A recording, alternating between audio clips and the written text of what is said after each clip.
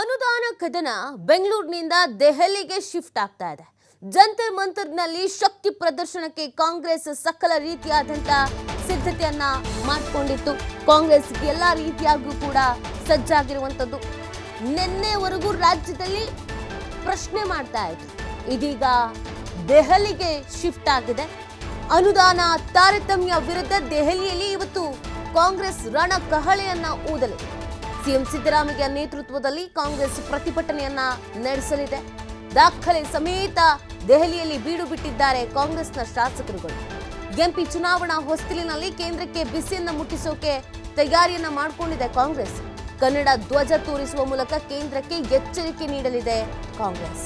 ಬೆಳಗ್ಗೆ 11 ಗಂಟೆಯಿಂದ ರಾಜ್ಯ ಕಾಂಗ್ರೆಸ್ ನಾಯಕರ ಪ್ರತಿಭಟನೆ ಪ್ರಾರಂಭ ಆಗುತ್ತೆ. ಮಧ್ಯಾಹ್ನ 12:30ರವರೆಗೆ ಮಾತ್ರ ಪ್ರತಿಭಟನೆಗೆ ಅವಕಾಶವನ್ನು ಮಾಡಿಕೊಡಲಾಗಿದೆ. ದೆಹಲಿ ಪೊಲೀಸರಿಂದ ಕಾಂಗ್ರೆಸ್ ಧರಣಿಗೆ ಸಮಯ ನಿಗದಿ ಮಾಡಲಾಗಿದೆ. ನಿನ್ನೆ ಮಧ್ಯಾಹ್ನದಿಂದಲೇ ಎಲ್ಲ ಶಾಸಕರುಗಳು ಸಚಿವರುಗಳು ದೆಹಲಿಗೆ ತೆರಳುತ್ತಾ ಇದ್ರು. ಇವತ್ತು ದೆಹಲಿಯಲ್ಲಿ ಶಕ್ತಿ ಪ್ರದರ್ಶನವನ್ನ ಮಾಡಲಾಗುತ್ತೆ. ಯಾರಿಂದ ಅನ್ಯಾಯ ಆಗಿದೆ, ಎಲ್ಲಿ ಅನ್ಯಾಯ ಆಗಿದೆ ಅಲ್ಲೇ ಧ್ವನಿ ಎತ್ತಬೇಕು ಅಂತ ಕಾಂಗ್ರೆಸ್ನ ನಾಯಕರುಗಳು ಹೇಳ್ತಾ ಇದ್ರು.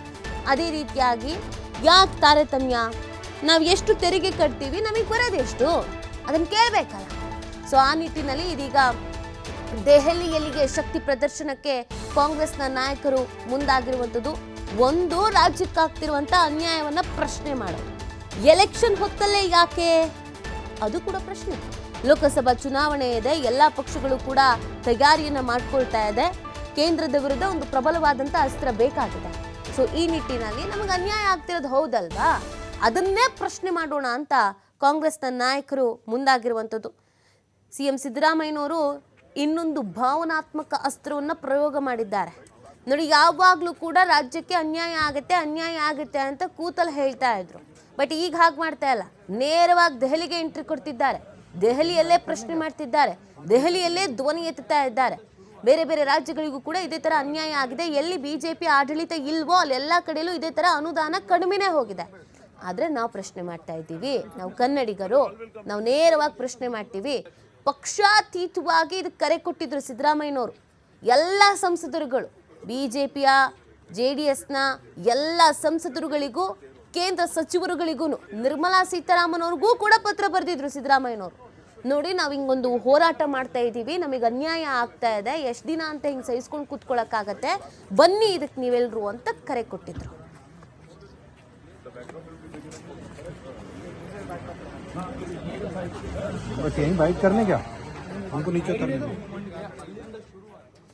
ಎಸ್ ನೋಡಿ, ಇನ್ನು ಕೇಂದ್ರಕ್ಕೆ ಕರ್ನಾಟಕ ತೆರಿಗೆ ಎಷ್ಟು ಅಂತ ನಾವು ನೋಡ್ತಾ ಹೋದಾಗ ಆದಾಯ ಕಾರ್ಪೊರೇಟ್ ತೆರಿಗೆ 2.23 ಲಕ್ಷ ಕೋಟಿ, GST ಸಂಗ್ರಹ 1.40 ಲಕ್ಷ ಕೋಟಿ, ಪೆಟ್ರೋಲು ಡೀಸೆಲ್ ವಿಮಾನ ಇಂಧನ ಸರ್ಚಾರ್ಜ್ 26ರಿಂದ 36 ಸಾವಿರ ಕೋಟಿ, ರಾಜ್ಯ ವಲಯದ ಕಸ್ಟಮ್ಸ್ ತೆರಿಗೆ 30 ಸಾವಿರ ಕೋಟಿ, GST ಸೆಸ್ 18ರಿಂದ 20 ಸಾವಿರ ಕೋಟಿ, ಹೆದ್ದಾರಿ ಪೆಟ್ರೋಲ್ ಸಂಗ್ರಹ 3 ಸಾವಿರ ಕೋಟಿ, ಬಂದರು ವಿಮಾನ ನಿಲ್ದಾಣ 15ರಿಂದ 20 ಸಾವಿರ ಕೋಟಿ, ITBT ರಫ್ತಿನಲ್ಲಿ ರಾಜ್ಯದ್ದೇ ಸಿಂಹಪಾಲು ಇದೆ.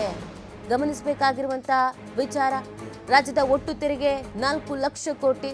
ರಾಜ್ಯಕ್ಕೆ ಸಿಗ್ತಾ ಇರುವ ಅನುದಾನ ತೆರಿಗೆ ಹಾಗಿದ್ರೆ ಎಷ್ಟಿದೆ ಅದು ಕೂಡ ಮುಖ್ಯ ಆಗುತ್ತಲ್ವಾ. ನಮ್ಮ ಕಡೆಯಿಂದ ಇಷ್ಟು ತೆರಿಗೆ ಸಂಗ್ರಹ ಆಗ್ತಾ ಇದೆ, ವಾಪಸ್ ಬರ್ತಿರೋದಕ್ಕೆ ಎಷ್ಟು, ಬೇರೆ ರಾಜ್ಯಗಳಿಗೆ ಹೋಗ್ತಾ ಇರೋದಕ್ಕೆ ಎಷ್ಟು, ಇದು ಕೂಡ ಪ್ರಶ್ನೆ ಆಗಿರುವಂಥದ್ದು.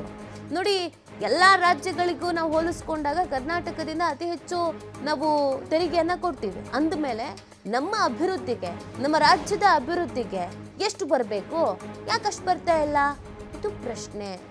ನೋಡಿ, ಈ ತೆರಿಗೆ ವಿಚಾರಕ್ಕೆ ನಾವು ನೋಡ್ತಾ ಹೋಗೋದಾದ್ರೆ ಬಹಳ ಅನ್ಯಾಯ ಬಹಳ ದಿನಗಳಿಂದಲೂ ಆಗ್ತಾ ಇದೆ. ಆದರೆ ಯಾರು ಧ್ವನಿ ಎತ್ತೋದಕ್ಕೆ ಮನ್ಸು ಮಾಡ್ತಾ ಇಲ್ಲ. ಯಾಕೆ ಮನ್ಸು ಮಾಡ್ತಾ ಇಲ್ಲ, ಇದು ಪ್ರಶ್ನೆ. ಪಕ್ಷಾತೀತವಾಗಿ ಪ್ರಶ್ನೆ ಮಾಡ್ಬೇಕಲ್ವಾ. ನಾನು ಕಾಂಗ್ರೆಸ್ಸು, ನಾನು JDS, ನಾನು BJP, ಅದು ಸೆಕೆಂಡ್ರಿ. ಬಟ್ ನಮಗೆ ಅನ್ಯಾಯ ಆಗ್ತಿರೋದು ಹೌದಲ್ವಾ. ಈಗ BJP ಅವ್ರು ಹೇಳ್ತಾ ಇರೋದೇನು, UPA ಅವಧಿಯಲ್ಲೂ ಹಿಂಗೆ ಬರ್ತಾ ಇತ್ತು ಸ್ವಾಮಿ, ಬಟ್ ನಾವು ಆವಾಗ ತೆರಿಗೆ ಎಷ್ಟು ಕಟ್ತಾ ಇದ್ವಿ ಅದು ಮುಖ್ಯ ಆಗುತ್ತಲ್ಲ, ಅದನ್ನು ಇಲ್ಲಿ ಪ್ರಶ್ನೆ ಮಾಡ್ಬೇಕಾಗತ್ತಲ್ಲ. ಈಗ ಎಷ್ಟು ತೆರಿಗೆ ಕಟ್ತಾ ಇದ್ದೀವಿ, ಈಗ ಎಷ್ಟು ಬರ್ತಾ ಇದೆ, ಅದು ಮುಖ್ಯ ಅಲ್ವಾ. ಆ ಲೆಕ್ಕಾಚಾರವನ್ನ ಇಲ್ಲಿ ಹೇಳಲೇಬೇಕಲ್ವಾ. ನೋಡಿ, ಈಗ 2018ರಿಂದ 19 ಕೇಂದ್ರ ಬಜೆಟ್ ಗಾತ್ರ 24,42,213 ಸಾರಿ 24,42,213 ಕೋಟಿ ಇತ್ತು. ಈ ತೆರಿಗೆ ಪಾಲು 35,895 ಕೋಟಿ ಸಿಗ್ತಿರುವಂತಹ ಅನುದಾನ 10,993 ಕೋಟಿ, ಒಟ್ಟು 46,288 ಕೋಟಿ. 2019-20 ಕೇಂದ್ರದ ಬಜೆಟ್ ಅನ್ನು ನಾವು ನೋಡಿದಾಗ 27,86,349 ಕೋಟಿ, ತೆರಿಗೆ ಪಾಲು 30,919 ಕೋಟಿ ಸಿಗ್ತಾ ಇರುವಂತಹ ಅನುದಾನ ನಾವು ನೋಡಿದಾಗ 12,404 ಕೋಟಿ ನೋಡಿ, ಒಟ್ಟು 43,323 ಕೋಟಿ 2020 ಮತ್ತು 21 ಈ ಅಂದ್ರೆ ಯಾವ್ಯಾವ ಅವಧಿಯಲ್ಲಿ ಎಷ್ಟೆಷ್ಟು ಇದೆ ಅನ್ನೋದನ್ನ ನಾವು ನೋಡ್ತಾ ಹೋಗ್ತಾ ಇದ್ದೀವಿ. 2020 ಮತ್ತು 21ರಲ್ಲಿ ಕೇಂದ್ರದ ಬಜೆಟ್ ಗಾತ್ರ ಎಷ್ಟಿತ್ತು ಅಂತಂದ್ರೆ 30,42,243 ಕೋಟಿ. ತೆರಿಗೆ ಪಾಲು ಹಾಕಿದ್ರೆ ಎಷ್ಟಿದೆ? 21,694 ಕೋಟಿ. ಅನುದಾನ ಎಷ್ಟು ಸಿಕ್ಕಿತ್ತು ಹಾಗಾದ್ರೆ? 10,040 ಕೋಟಿ. ಒಟ್ಟು 31,734 ಕೋಟಿ.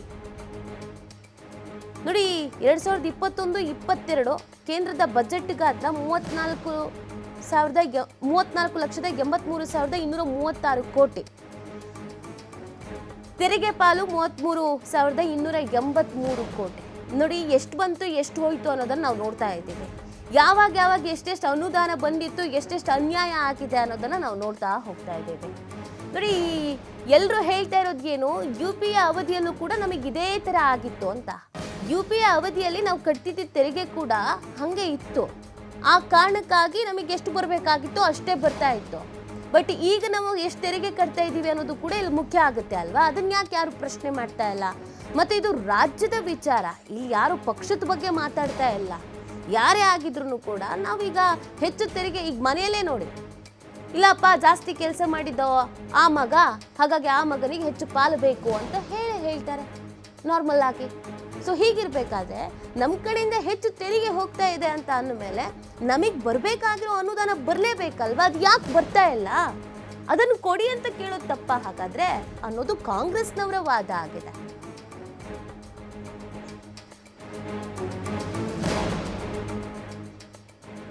ನೋಡಿ, ಈಗ ಅನುದಾನ ಎಷ್ಟೆಷ್ಟು ಸಿಕ್ಕಿತ್ತು, ಎಷ್ಟೆಷ್ಟು ಮಿಸ್ ಆಗಿದೆ ಅನ್ನೋದನ್ನ ನಾವು ನೋಡ್ತಾ ಇದ್ವಿ. ರಾಜ್ಯಕ್ಕೆ ಮಿಸ್ ಆಗಿರುವಂತ ಅನುದಾನವನ್ನು ನಾವು ನೋಡ್ತಾ ಹೋದಾಗ 2020 ಈಗ 600-330 ಕೋಟಿ. ಈಗ ಇದನ್ನ ನಾವು ರಾಜ್ಯಕ್ಕೆ ಮಿಸ್ ಆಗಿರುವಂತ ಅನುದಾನವನ್ನು ನಾವು ನೋಡ್ತಾ ಇದ್ದೀವಿ. 2021ರಲ್ಲಿ 9,031 ಕೋಟಿ, 2022ರಲ್ಲಿ 22 ಮತ್ತು 23ರಲ್ಲಿ 10,074 ಕೋಟಿ, 2023 ಮತ್ತು 24ರಲ್ಲಿ 10,858 ಕೋಟಿ, 2024-25ರಲ್ಲಿ 12,172 ಕೋಟಿ, ಒಟ್ಟು 62,098 ಕೋಟಿ ಮಿಸ್ ಆಗಿರೋದು. ಎಷ್ಟು ಮಿಸ್ ಆಗಿದೆ ಅನ್ನೋದನ್ನ ನಾವು ನೋಡ್ತಾ ಹೋಗ್ತಾ ಇದ್ದೀವಿ. ಇಷ್ಟೆಲ್ಲ ಮಿಸ್ ಆಗಿರ್ಬೇಕಾದ್ರೆ ಅದನ್ನ ಪ್ರಶ್ನೆ ಮಾಡಬಾರ್ದಾ ಅನ್ನುವಂಥದ್ದು ಕಾಂಗ್ರೆಸ್ನವರ ವಾದ ಆಗಿದೆ. ನಾವು ಸಹಿಸ್ಕೊಂಡೇ ಬರ್ತಾ ಇದ್ರೆ ಎಷ್ಟಂತ ಸಹಿಸ್ಕೊಂಡು ಬರೋದಕ್ಕಾಗತ್ತೆ? ಎಷ್ಟಂತ ಸಹಿಸ್ಕೊಂಡು ಇರೋದಕ್ಕೆ ಸಾಧ್ಯ? ಹೇಗೆ ಸಹಿಸ್ಕೊಂಡಿರ್ಬೇಕಾಗತ್ತೆ? ಕೇಳಿದ್ರೆ ನೀವು ಮತ್ತೆ ಕೇಂದ್ರದ ವಿರುದ್ಧ ಮಾತಾಡ್ತಾ ಇದ್ದೀರಾ, ಬಿಜೆಪಿಯ ವಿರುದ್ಧ ಮಾತಾಡ್ತಾ ಇದ್ದೀರಾ ಅಂತ ಹೇಳ್ತಾರೆ.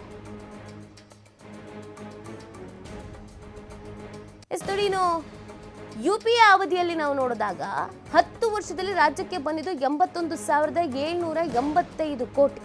ರಾಜ್ಯದಿಂದ ಯಾವುದೇ ತೆರಿಗೆ ಹೋಗ್ತಾ ಇರಲಿಲ್ಲ, ಪ್ಲಸ್ GST ಅನ್ನೋದು ಇರಲಿಲ್ಲ ಆವಾಗ.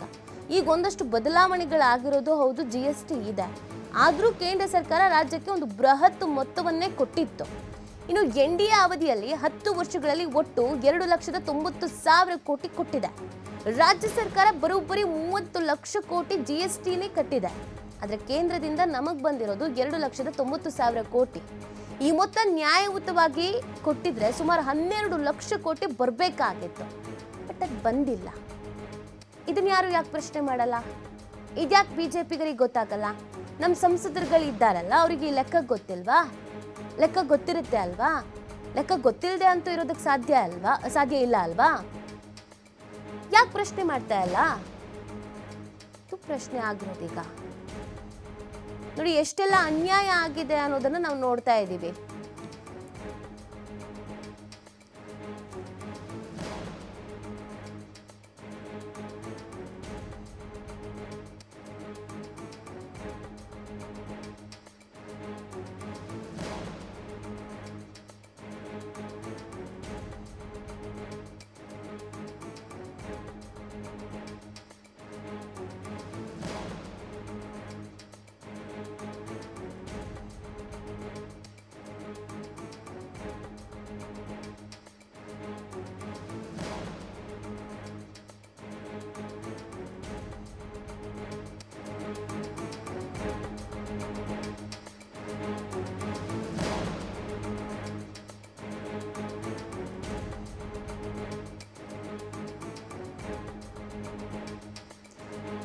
ಎಸ್ ನೋಡಿ, NDA ಅವಧಿಯದ್ದು ನಾವು ನೋಡ್ತಾ ಇದ್ದೀವಿ. ರಾಜ್ಯ ಸರ್ಕಾರ ಬರೋಬ್ಬರಿ 30 ಲಕ್ಷ ಕೋಟಿ GSTಯನ್ನ ಕಟ್ಟಿದೆ. ಆದ್ರೆ ಕೇಂದ್ರದಿಂದ ನಮಗ್ ಬಂದಿರೋದು 2,90,000 ಕೋಟಿ ಮಾತ್ರ. ಯಾರ ಅವಧಿಯಲ್ಲಿ ಎಷ್ಟೆಷ್ಟು ಬಂದಿದೆ ಅಂತ ನೋಡ್ತಾ ಇದ್ದೀವಿ. ಈ ಮೊತ್ತ ನ್ಯಾಯಯುತವಾಗಿ ಕೊಟ್ಟಿದ್ರೆ ಸುಮಾರು 12 ಲಕ್ಷ ಕೋಟಿ ಬರಬೇಕಾಗಿತ್ತು, ಬಟ್ ಬಂದಿಲ್ಲ. ಯಾಕೆ ಅನ್ನೋದು ಪ್ರಶ್ನೆ. 10 ವರ್ಷದಲ್ಲಿ ಒಟ್ಟು 2,90,000 ಕೋಟಿಯನ್ನ ಕೊಡಲಾಗಿದೆ. ನೋಡಿ, NDA ಅವಧಿಗೂ ಮತ್ತು UPA ಅವಧಿಗೂ ಎಷ್ಟು ವ್ಯತ್ಯಾಸ ಇದೆ ಅನ್ನೋದು. ಪ್ಲಸ್ ಆಗ GST ಇರಲಿಲ್ಲ, ಈಗ GST ಬೇರೆ ಕಟ್ತಾ ಇದ್ದೀವಿ. ಸೊ ಹೀಗೆ ಅನ್ಯಾಯ ಆಗ್ತಾನೆ ಬರ್ತಾ ಇದೆಯಲ್ವಾ, ಅದನ್ನ ನಾವು ಪ್ರಶ್ನೆ ಮಾಡ್ತಾ ಇದ್ದೀವಿ. ಬರ ಬಂದಾಗ, ನೆರೆ ಬಂದಾಗ ಯಾವಾಗಲೂ ನಾವು ಕೇಳಿದಷ್ಟು ಅನುದಾನ ಬಂದಿಲ್ಲ. ಸೊ ಹಾಗಾಗಿ ಆ ಅನುದಾನಗಳನ್ನು ಕೇಳ್ತಾ ಇದ್ದೀವಿ ಅನ್ನೋದಷ್ಟೇ ಕಾಂಗ್ರೆಸ್ನ ವಾದ.